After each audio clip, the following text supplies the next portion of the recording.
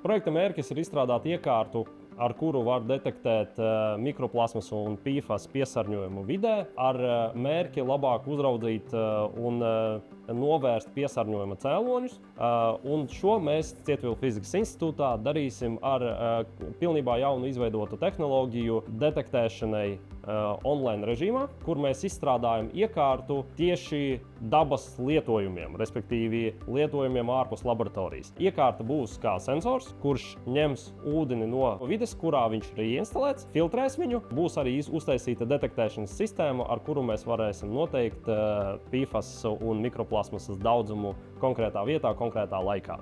Iekārtas galvenā motivācija ir mūsu iepriekšējo projektu pieredze, kurā mēs dabūjam vairākus apstiprinājumus tam, ka PFAS un mikroplasmasas mērījumi tagad aizņem ļoti ilgu laiku.